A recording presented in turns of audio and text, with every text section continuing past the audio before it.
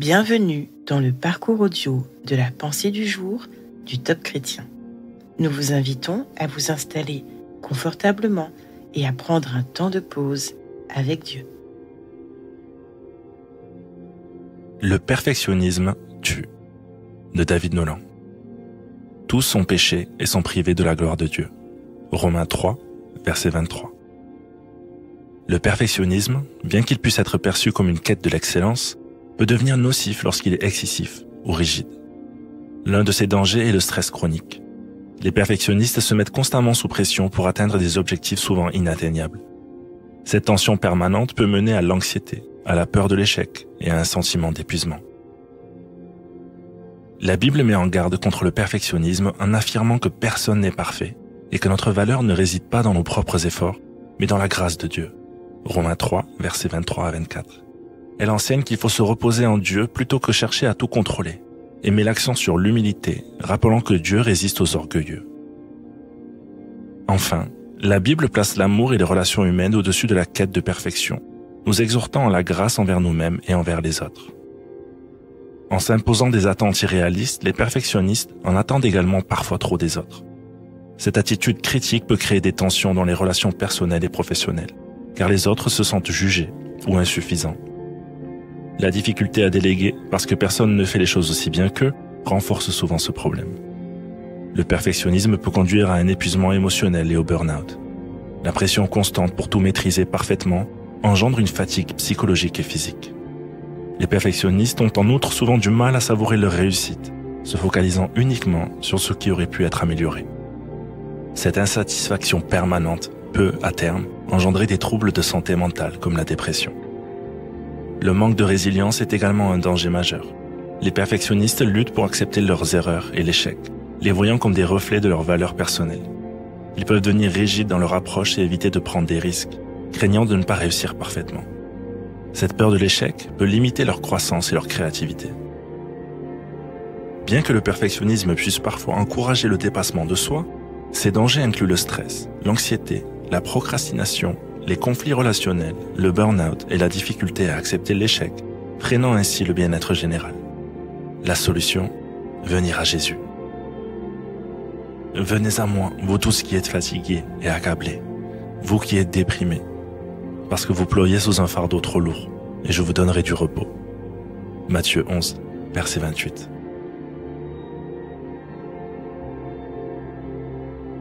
Avez-vous tendance à être dur envers vous ou à manquer de satisfaction dans ce que vous faites? Prenez le temps d'écouter ce que Dieu veut vous dire à ce sujet.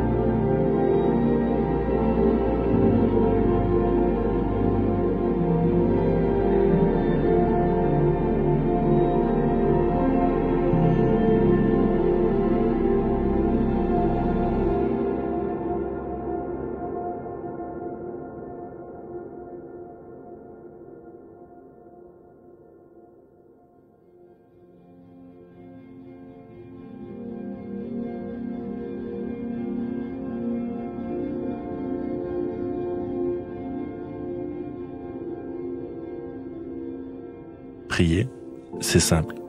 Parlez à Dieu comme avec un ami proche qui vous aime et peut tout entendre. Voici un exemple de prière. Père Céleste, je reconnais que je cherche parfois à tout contrôler et cela m'épuise. Aide-moi à lâcher prise et à me reposer en toi. Apprends-moi à accepter mes limites et à m'appuyer sur ta grâce plutôt que sur mes propres forces. Amen.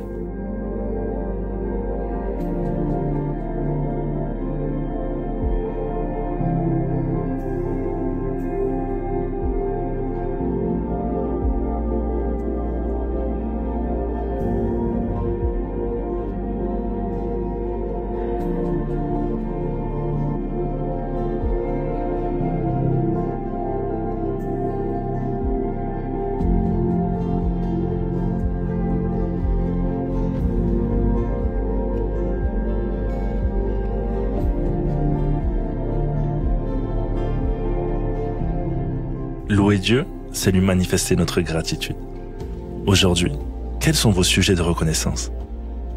Son amour ne dépend pas de vos performances. Il est patient envers vous. Il est désireux de vous accorder sa paix au lieu du stress et de l'anxiété. Réjouissez-vous dans l'adoration à votre Dieu.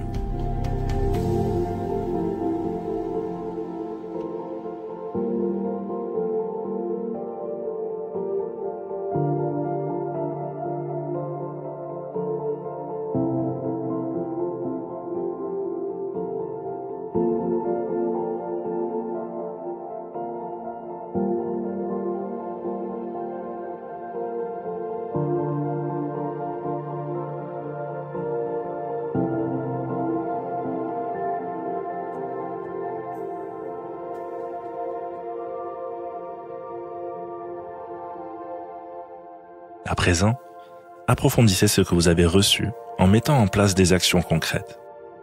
Vous pouvez prendre un temps de réflexion et écrire les domaines où votre perfectionnisme vous pèse et vous empêche de vous reposer en Dieu. Engagez-vous à lâcher prise dans ces domaines.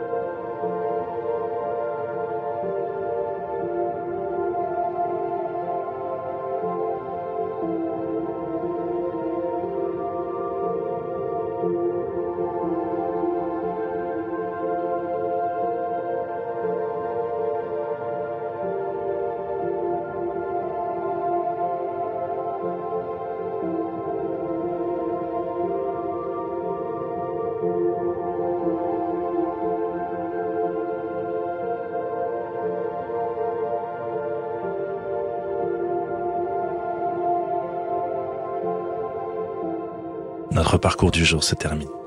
Prions ensemble afin d'honorer notre Dieu. Mon Dieu, toi seul es parfait, je le reconnais.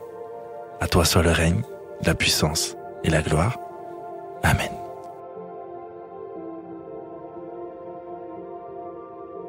Nous espérons que ce temps de pause avec Dieu vous a ressourci. Rendez-vous demain pour un temps de Séla avec la pensée du jour.